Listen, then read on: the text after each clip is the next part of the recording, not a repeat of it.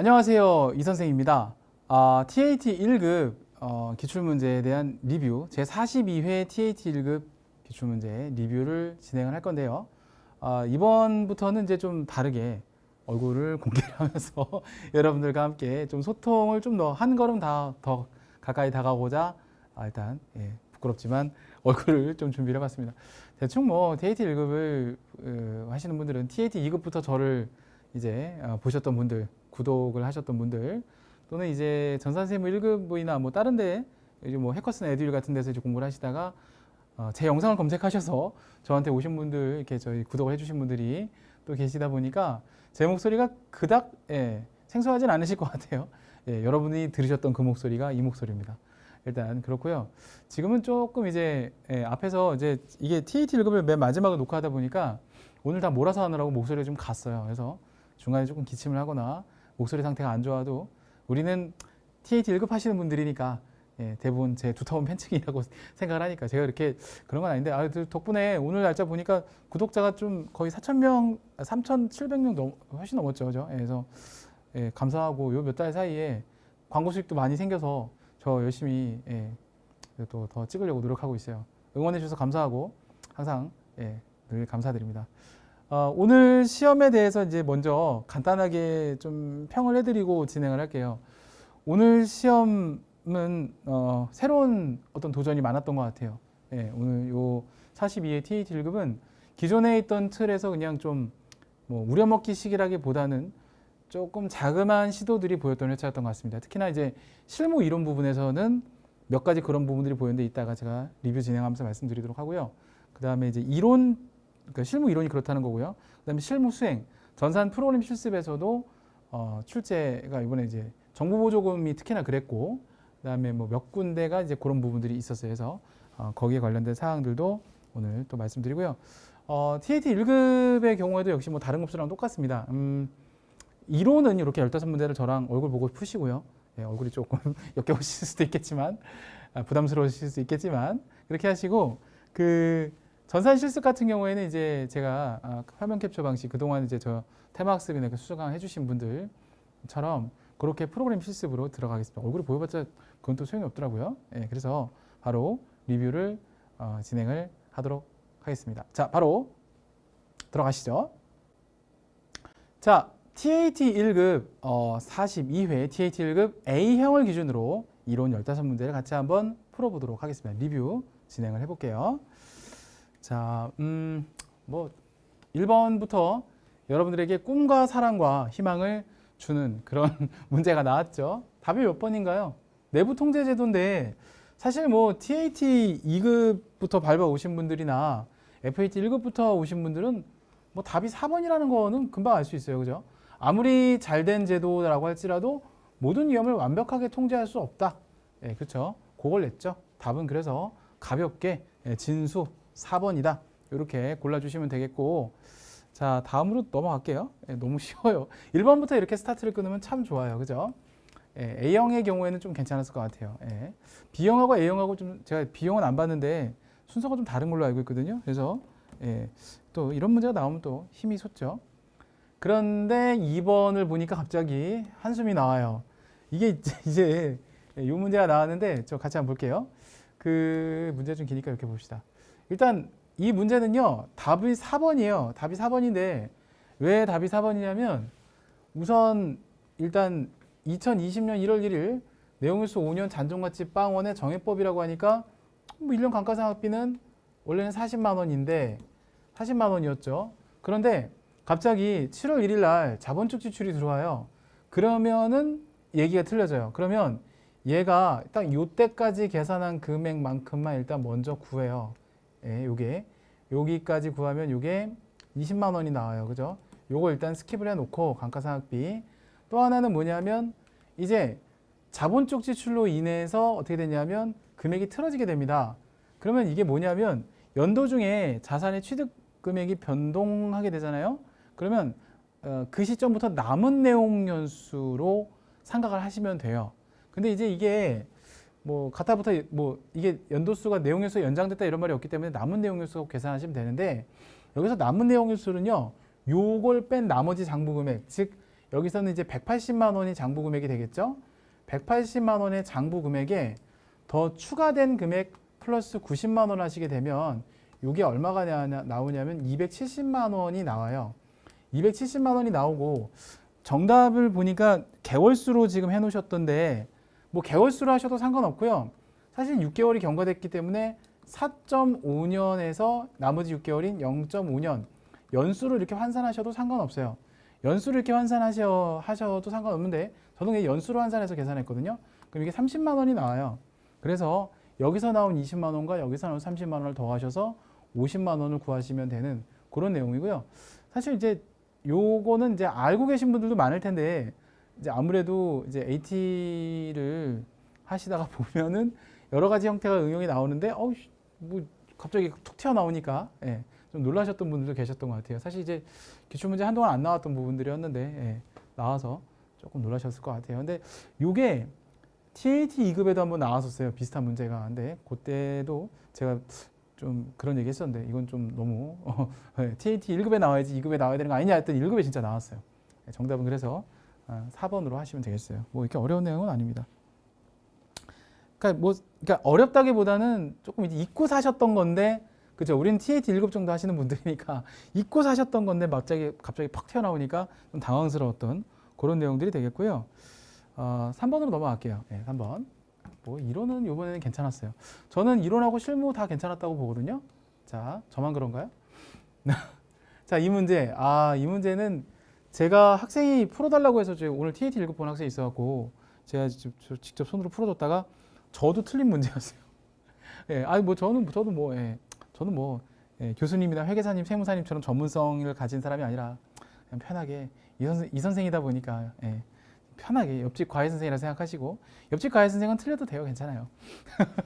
자, 그래서 제가 틀렸어요. 이걸 못 봤어요. 왜 그랬을까? 이거. 그러니까 이거를요. 보통은 이렇게 본 거죠. 그러니까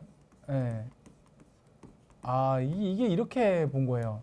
사실은 당기순이익이 아닌데 저도 모르게 당기순이익을 계산한 거예요. 이게 사실 TAT 1급이라는 시험은 고도의 압박감이 있어요. 사실 그러다 보니까 평소에 잘 하던 것도 덤벙거리게 돼요. 저도 이제 물론 제가 가르친 학생이 그 실수를 해서 그 학생은 이걸 틀렸어요. 근데 저는 조금 마음이 이해됐어요. 왜냐하면 틀릴 수 있거든요. 실전에서의 텐션이 분명히 떨어져요. 특히나 요즘에 코로나 상황 때문에 또 여러 가지 안 좋은 그런 또 수험생들에게 사실 안 좋은 영향이 많아요. 그러니까 뭐 원서 접수도 뭐 사실 좀 전산세무회계처럼 원활하지도 않고 또 뭐 일부 고사장이 갑자기 폐쇄가 된다 등등. 또 지금 오늘 촬영 시점이 8월 15일인데 오늘 뭐 대박이 났죠. 인원이 더 많이 늘어나갖고 다들 힘들어하시기 때문에 여러 가지 압박감이 좀 심하다고 봐요. 저는 그렇게 생각하거든요. 또 대개는 이 자격증 시험을 준비하시는 분들이 현직에 계신 분들도 계시겠지만 취준생들이 많다 보니까 여러 가지 압박감들이 많다 보니까 사실 잘 될 것도 안 되고 그래요. 저는 좀 이해가 돼요. 또 스트레스도 많고 그러다 보면 텐션이 떨어지게끔 돼 있어요. 저는 충분히 이해합니다. 근데 어쨌든 저도 그냥 아무 생각 없이 풀었어요. 그래갖고 틀렸어요. 되게 기분 나쁘더라고. 그래서 이게 620이 영업이익이에요. 수정전.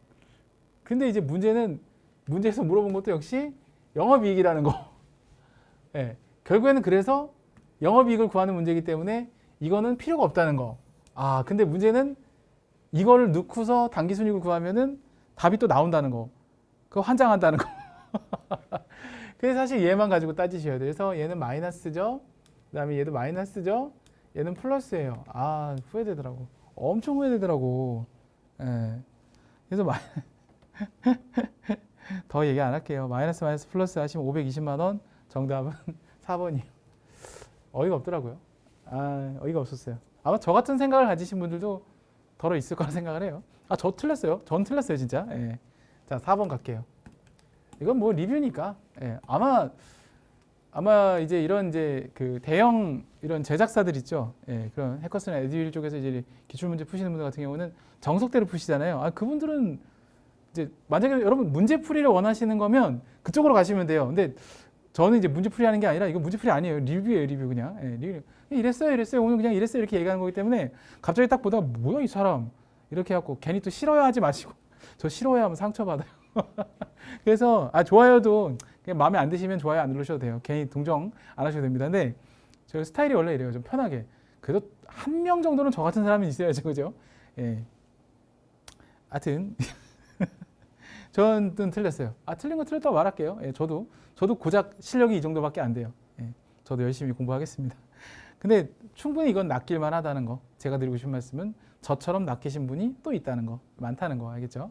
예, 저는 그래서 공감한다는 거, 힘내시라는 거, 알겠죠? 자, 그다음에 4번을 볼게요. 야, 이것도 진짜 기가 막힌 게 잘못 보면은 이게 기계장치 취득원가로 오해받을 수 있고요. 첫 번째. 또 잘못 보면은 얘가 안 보일 수가 있어요. 그러면 이제 골로 가는 거죠. 문제는 되게 쉽게 냈는데 받아들이는 사람은 어렵게 받아들일 소지가 있는 문제예요. 이것도. 저는 이건 맞았어요. 맞다. 나 틀렸다. 나도 이거 틀렸다. 나 또 틀렸어. 이 세상에 어떡할 거야. 저 선생님 돼도 되는 거야 지금? 자, 일단 볼게요. 일단 5년이고요. 정액법이고요. 잔존가치가 없대요. 그럼 뭐 좋은 거죠. 근데 취득원가는 얘예요. 그죠? 어쨌든 정부 보조에서 취득을 했든 내가 내 돈 주고 샀든 그죠? 내 돈 내산을 했든.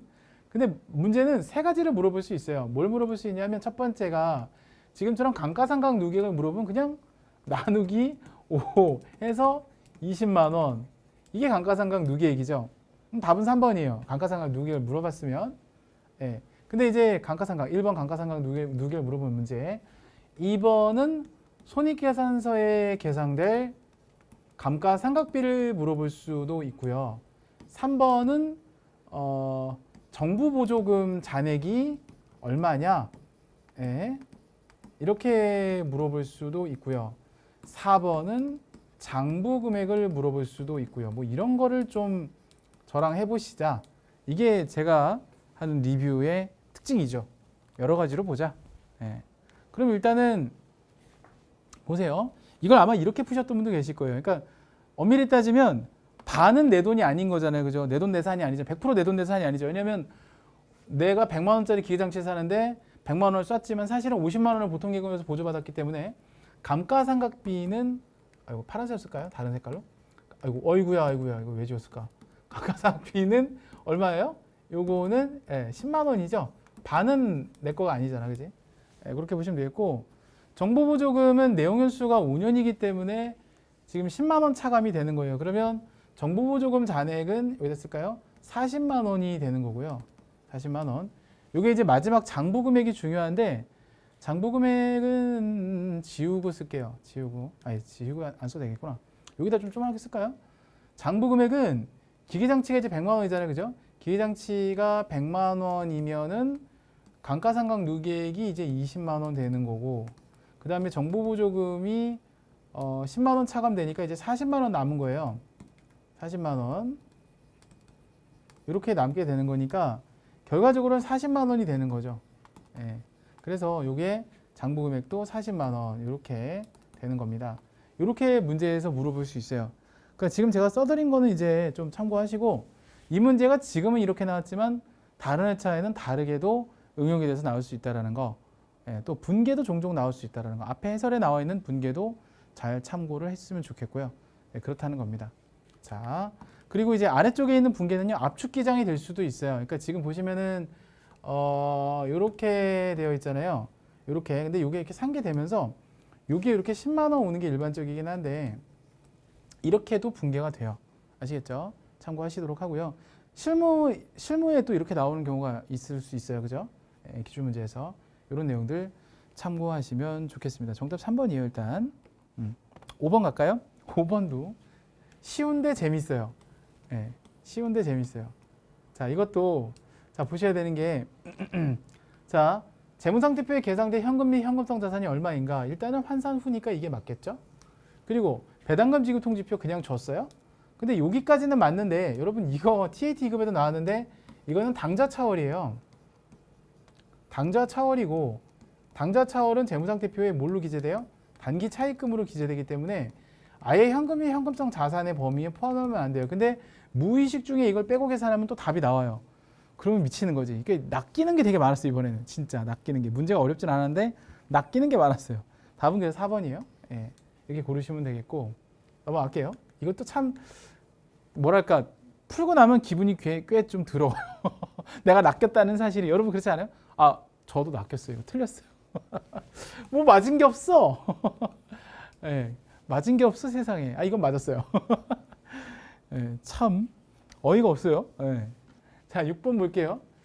이게 오르면 잉여금은 떨어지면 손실 뭐 이런 거 있어요. 그죠? 네, 회계관리 1급 정도 난이도를 배우시면 사실 이제 우리가 회계관리 2급, 회계관리 1급, 재경관리사. 제가 오늘 뭐 카페 가보니까 누가 회계관리 1급 어떻게 공부해요? 이렇게 물어봤더니 누가 이렇게 댓글을 달아놨더라고요.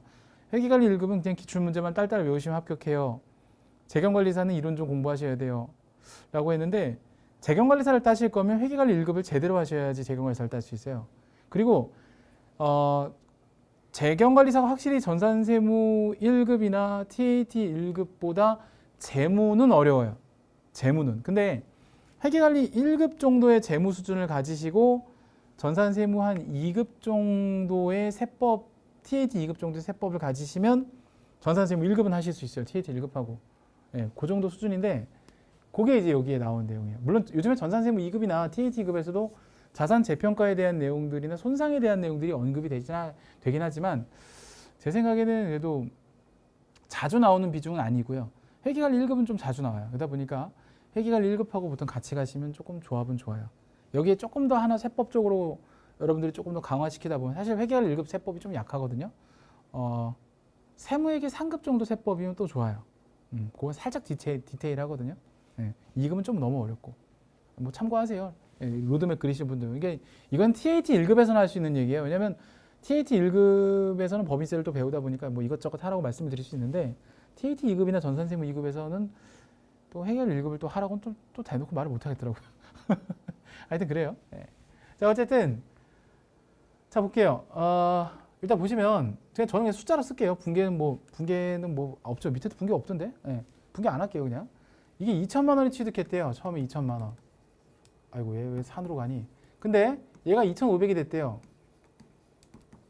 그리고 나서 다시 1,800이 됐대요. 자 그러면 여러분들 보셔야 될 게 일단 올랐으니까 더하기 500만 원만큼이 이제 올랐겠죠? 그 다음 떨어졌으니까 빼기 700만 원만큼이 떨어졌을 거예요. 그죠? 아이고 빠졌네. 오고. 자 다시 방송사고 하지만 NG를 내지 않는. 자 700만 원만큼이 이렇게 되어 있을 건데요.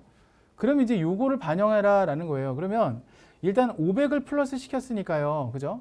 500만 원만큼 이게 재평가 잉여금 재잉이 돼요. 재잉이 됐다가 이 재잉이 500이 700으로 빠지면서 먼저 토해내고 나머지가 손실이 되는 거죠. 그러니까 4번처럼 되는 거죠.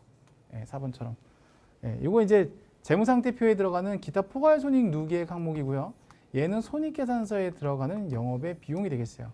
순서가 재평가 이제 이익을 먼저 빼고 잉여금을 그다음에 재평가 손실을 반영하는 그런 내용이 되겠습니다. 그래서 밑에 정답 해설을 보면요 그런 내용이 나와요. 보면 처음에 자산 재평가 때 최초의 잉여금이 이익이 발생하면 재평가 잉여금 처리하라고 돼 있고 한 번 이익을 인식한 다음에 값이 떨어지면 지금처럼 기존에 인식했던 거 토해내고 나머지를 손실로 반영해라 이런 식으로 나옵니다. 자 그렇고요. 자 우리 7번을 같이 볼게요. 이거는 정말 쉽다 그죠? 매도가능증권의 특징을 반영하면 되는 문제니까 사실 이거는 너무 쉽죠. 액면가는 어차피 주식에 계산할 때 필요 없는 거고. 자 100주를 그쵸 10,000원 그럼 100만 원이었던 거가 그 중간에 뭐 평가했겠지 뭐 그죠? 분계까지 뭐 솔직히 여기 지금 되어 있나요? 분계까지 이쁘게 되어 있는데 저는 그냥 숫자만 할게요. 처음하고 끝만 비교하면 되잖아요. 그죠? 70만 원. 얘가 70만 원 평가가 됐대. 그럼 그동안에 뭐 이익 인식한 거 토하는 거잖아요. 그죠? 어쨌든 그래서 마이너스 30만 원만큼 평가 손실이래. 예, 답은 3번이요. 이렇게. 아마 이거 혹시 잠깐만요. 오해하지 마시고 문제풀이라고 지금 오해하시는 분들 계신데 리뷰라서 그래요. 문제풀이는 해커스나 에듀윌 쪽이나 이쪽에 사실 많아요. 거기 이제 전문적으로 해주시는 강사님들 계시니까 그쪽 가서 하시고 죄송한데 저는 그냥 이렇게 그러니까 문제에 대한 그냥 유형별로 그냥 리뷰 아시겠죠? 우리가 영화를 보고 싶으면 영화관을 가서 보시고 하시면 뭐 다운로드를 받아 보시던가 이렇게 하시면 되는데 리뷰는 그죠? 그게 아니잖아요. 그러니까 이거 리뷰예요. 알겠죠? 오해하시면 안 돼요. 이거 문제 풀이가 아닙니다. 이게 리뷰예요. 그래서 이게 이렇게 하는 거예요. 알겠죠? 죄송합니다. 예, 혹시나 오해하시는 분들 왜 저 사람은 문제 풀이 저딴 식으로 해? 예, 죄송합니다. 이딴 식으로 해서. 근데 원래 저 이렇게 해요. 죄송해요. 예. 자, 넘어갈게요. 가끔가다 그러신 분들 계시더라고요. 자, 그다음에 이제 세법이에요. 예, 7문제가 지금 제무로 나왔고요. 예, 나머지 8문제가 세법으로 나오네요. 자, 8번부터 볼게요. 이거 되게 쉽게 나왔어요. 재화 용역의 공급으로 옳지 않은 것을 했는데, 용역의 공급 용역의 공급. 사업자가 전답, 과수원 임대하는 것은 용역의 공급으로 보는 게 아니라 아예 부가세법상 과세 제외 항목이에요. 그러니까 면세도 아니라 아예 과세 제외예요. 왜냐면 여기서 나오는 그런 산출물들이 대부분 다 면세품이기 때문에 애초에 과세를 안 하겠다는 취지로 이해를 하셔야 돼요. 그래서 과세 범위에서 제외하는 과세 제외 항목이다. 답은 1번이고요. 그래서 뭐 답도 그냥 간단하게 이렇게 설명이 나왔죠. 자, 2번. 타인에게 건설 용역을 무상으로 공급. 용역의 무상 공급은요. 밑에 있는 3번의 경우만 제외하고서는 다 과세하지 않습니다. 그래서 특수관계에게 사업용 부동산 임대용을 무상 공급하는 용역 공급. 얘만 용역 공급으로 보고요. 나머지 용역 공급 보지 않아요. 맞아요. 4번. 자기가 주요 자재를 전혀 부담하지 아니하고 상대방으로부터 인도받은 재화를 단순 가공.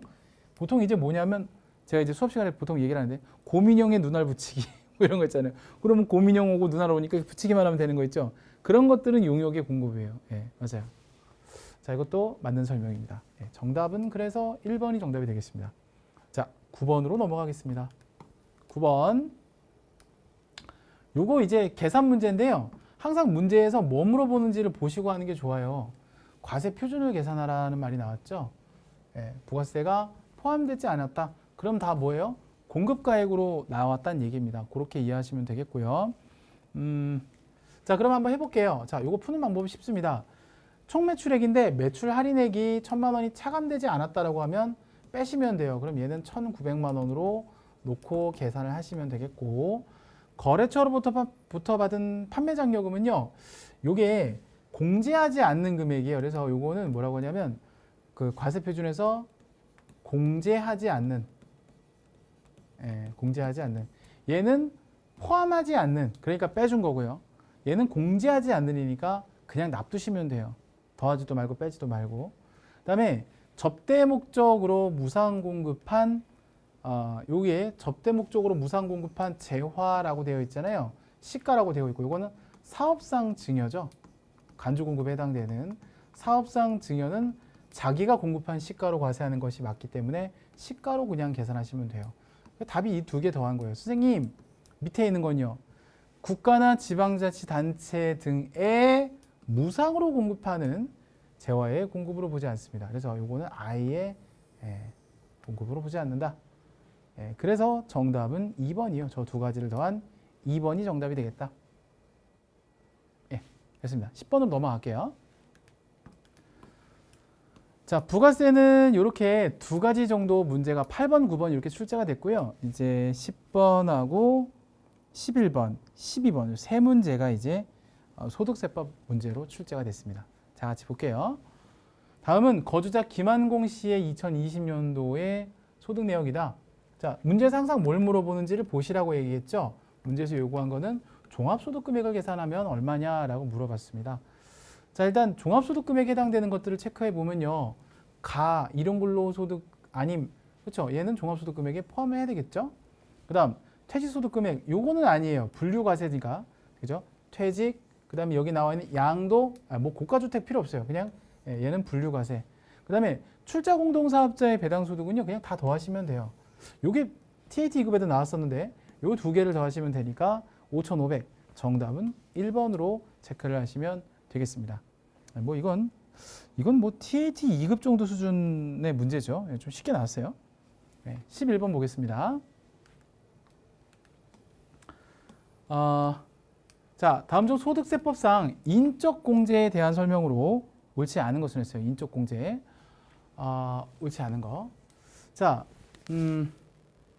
제가 이걸 찾아봤는데 일단 답은 2번, 그러니까 답은 3번이거든요. 근데 일단 사실혼 관계는 다 안 되는 거 맞아요.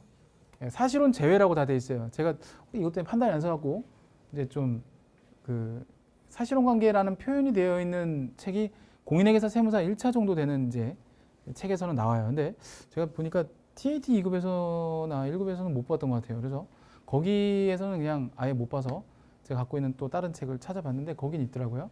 그래서 일단 요건 확인했고 1번은 뭐 당연히 안 되죠. 예, 70세 이상이니까. 3번이 맞고요. 그죠? 이게 적용할 수 있습니다. 사망일 전이니까 그죠? 상관없어요. 그 해까지는 다 해주죠. 이게 또 뭐 하는 짓이에요? 장애가 치유된 경우에도 그 해까지는 다 해주죠. 예, 그렇고요. 적용할 수 있습니다. 그 다음에 연도 중 사망과 연도 중 장애가 치유된 자에 대해서는 그 연도 말까지는 적용합니다. 그 다음 4번 인적공제합계획의 종합소득 금액을 초과하는 경우에는 없는 금액으로 보는 게 맞죠. 정답은 3번이 되겠습니다. 이것도 뭐 사실 뭐 이 사실혼 관계 문제 때문에 조금 그래서 그렇지 11번의 난이도는 TAT 2급 수준하고 거의 맞먹는 정도의 좀 난이도 쉬운 난이도로 출제가 됐다. 그렇게 볼 수가 있어요. 자, 뭐 세 문제가 다 그래요. 세 문제가 나왔는데 얘도 그래요. 얘도 너무 쉽게 나왔어요. 그래서 뭐 그냥 한번 봅시다. 뭐 성실이 그런데 성실은 사실 뭐 크게 문제는 없고 똑 떨어지는 게 딱 2번만 있는 건데 일단은 옳은 것을 물어봤는데 근로소득, 연말정산 대상 근로소득과 일용근로소득 이거 있는 경우 확정신고하지 않아도 돼요. 왜냐하면 연말정산으로서 납세의무가 종료가 되고요. 얘는 무조건 분리가 되기 때문에 합산하지 않기 때문에 2번이 맞는 설명이에요. 예, 근데 1번은 왜 틀렸냐? 신고는 해야지 면제되는 게 어딨어. 3번 500만 원이 아니고요. 분납은 법인세법이나 소득세법이나 모두 1000만 원 기준으로 봐요. 그리고 2천만 원 넘어갔을 때 분납할 금액이 틀려지는 것 뿐이고 그렇죠. 납부기한이 지난 후 2개월 이내 분납할 수 있다. 예, 맞습니다. 법인세법 같은 경우 중소기업이냐 일반기업이냐에 따라 틀려지죠. 예. 성실신고 같은 경우에는 이제 실무자분들은 잘 아시는데 5월 달부터요. 6월 30일까지예요. 예, 요거. 예. 이게 여러분들 이제 생각해 보시면 왜 그러냐면 부가세 신고 기간하고 겹치면은 업무 마비돼요. 그래서 요거는 7월 31일이 아니라 6월 30일이에요. 실무자분들은 이걸 다 아시는데 아마 그냥 이제 수험생분들은 그래도 부가세 신고를 하실 일이 없으니까 7월 달이 어떤 달인지 잘 모르셔서 그래요. 근데 7월 달까지 가져가면 업무 마비돼요. 네, 그래서 이거는 5월 달부터 6월 30일까지다. 네, 맞습니다. 12번 정답은 2번으로 놓고 하시면 될 것 같아요. 소득세 괜찮았습니다. 저는 난이도. 자, 13, 14, 15 세 문제는 이제 법인세 문제가 되겠습니다. 법인세도 쉽게 나왔어요. 소득처분에 대한 설명으로 옳은 것은 했는데요. 소득처분. 입금 산입한 금액이 사회에 유출되었으나 귀속자가 불분명한 경우에는 기타사 유출이 아니라 대표자 상여예요. 네, 대표자 상여. 네, 그냥 상여도 아니고 대표자가 가져간 걸로 때리죠. 일단 이거 틀렸고. 두 번째, 입금에 산입한 금액 중 주주인 직원. 여러분 주주인 임직원 하면 임직원이 더 센 거예요. 배당으로 처분하는 게 아니라 이거는 그냥 강상여. 강상여. 틀렸어요, 이거. 그 다음 세 번째. 업무무관 자산 등에 대한 지급이자 송금부 산입은 요거는 기타사 유출이에요. 기타사 유출. 됐고. 틀렸고. 3번 틀렸고 4번이 답이죠. 예, 처분 손실 한도 초과액 송금부 산입은 기타사 유출로 처분을 합니다. 유보 아니에요. 이거 유보로 오해하시는 분 계신 저도 유보인 줄 오해 착각을 할 뻔했어요. 근데 답은 4번입니다. 자, 넘어가고요. 자, 14번. 이거 계산하는 문제인데요. 각사하면서 소득 금액을 계산하는 문제입니다. 자, 같이 볼게요. 네. 우선 당기순이익이 있고요. 법인세 비용은 뭐 무조건 송금부 산입, 기타 사유출이니까 더 하시는 게 맞고 송금 산입 한도액이 이제 세법상 한도액은 4천인데 회계상 5천이라고 해놨으니까 뭐 얼마만큼? 1000만 원만큼이 더 송금 불산입이 되겠죠? 예, 가산 조정. 그 다음에 이건 뭐 만약에 전기 부인 누계액이 있다면 문제가 조금 TAT 1급스러운데 너무 쉬워요. 송금 산입 한도액이 7천인데 6천만큼 잘 썼으니까 세무 조정이 없죠. 시인 부족액이 발생했을 때는 그죠? 전기 부인 누계액과 단기 시인 부족액 둘 중 적은 금액을 한도로 송금 추인하는 규정이 있죠. 근데 여기는 그게 없어요. 그죠? 예, 전기 부인 누계액이 없기 때문에 제시된 자료에는 고려하지 않는다고 되어 있기 때문에 상당히 쉽게 냈습니다. 그럼 정리를 해보면 1억 원, 그 다음에 2천, 그 다음에 1000 이렇게 적용해서 1억 3천. 정답은 3번이 정답이 되겠습니다. 이렇게 푸시면 돼요. 자, 마지막 문제 15번 보고 마치도록 하겠습니다. 외국납부세 공제. 글쎄 어렵다면 이걸 어렵다고 했어야 되는데 이것조차도 되게 쉬웠어요. 외국 법인세액이 공제 한도 금액을 초과하는 경우라는 초과 금액을 소멸하며 외국 납부 이월하여 공제받을 수 없다? 그러면 여러분들 법인세법상 외국 납부세액 공제의 5년간 2월 규정은 도대체 뭡니까? 뭐죠? 1번이 틀렸어요. 밑에 설명 나오는데 한번 참고하시고 1번. 자, 외국 법인세액을 세액 공제하는 방법과 송금 산입. 이게 종합소득세, 그냥 개인의 경우에는 그냥 필요금비 산입이 없고요. 그냥 외국 납부 세액 공제만 존재하는데 법인의 경우에는 송금 산입하는 방법하고 외국 납부 세액 공제로 빼는 방법 둘 중에 하나를 택일할 수 있어요. 맞아요. 3번. 외국 납부 세액 공제 한도 금액을 계산할 때 국외 사업장이 둘 이상인 경우에는 국가별로 할 수 있어요. 그리고요. 네 번째. 법인세 과세 표준을 추계 결정. 추계 결정이라는 게 장부가 없어서 이렇게 하는 거죠. 외국 납부 세액 공제 적용하지 않는데 그러니까 안 해준다는 거죠. 세액 공제 혜택을 안 준다는 얘기인데 천재지변 등으로 장부가 문제가 생기면은 그거는 예외적으로 해줘야지. 2월 결손금도 그래요. 이게 2월 결손금 규정도 똑같거든요. 추계 결정 경정하는 경우에 2월 결손금 인정 안 해주는 게 원칙인데요. 천재지변 때문에 불가피하게 증빙 서류가 멸실돼서 못하는 경우라면 예외적으로 해줍니다. 그때는 2월 결손금. 그래서 2월 결손금하고 외국 납부세액 공제는 같이 따라가는데, 그죠? 2월 공제도 되잖아요. 다만 다른 점이 있다면 2월 결손금은 이제 10년 공제 시효가, 외국 납부세액 공제는 5년이라는 게 조금 다른 것 뿐이고 나머지는 다 똑같은 원리로 되어 있다. 그렇게 이해를 하시면 되겠습니다. 자, 이렇게 해서 15문제 풀어봤고요. 이어서 요 다음 시간에는 실무 수행 평가, 즉 전산 실무 한번 또 그 앞서 41회 리뷰했던 것처럼 토막토막을 내서 한번 리뷰를 해드리도록 하고요. 일단 요번에 이렇게 제가 봤을 때 다시 한번 말씀드리지만 총평은 괜찮았어요. 괜찮았고 또 많은 분들이 합격을 하셨으면 좋겠습니다. 보통 이 TAT 1급 같은 경우에는요, 이론이 쉬우면 대부분 합격률이 좀 높더라고요. 그래서 이번에 여러분들 합격을 많이 하셨기를 진심 기대하고요. 또 다음 리뷰 시간에 다시 뵙도록 하겠습니다. 항상 구독과 좋아요는 네, 이 시간대 되면요 되게 좀 그런 거 아세요? 좀 되게 뭔가 이렇게 쑥스러워요. 하지만 구독과 좋아요는 저에게 많은 힘이 됩니다. 좋은 영상을 만드는데 보탬이 됩니다. 그래서 또 귀찮으실 텐데 광고도 봐주셔서 정말 감사하고 늘 감사하게 생각하고 있습니다. 자, 그럼 저는 다음 시간에 말도 꼬였네. 저는 그럼 엔지 않네요. 저는 그럼 다음 시간에 다시 뵙는 걸로 하고요. 여기서 인사드리도록 하겠습니다. 대단히 감사합니다.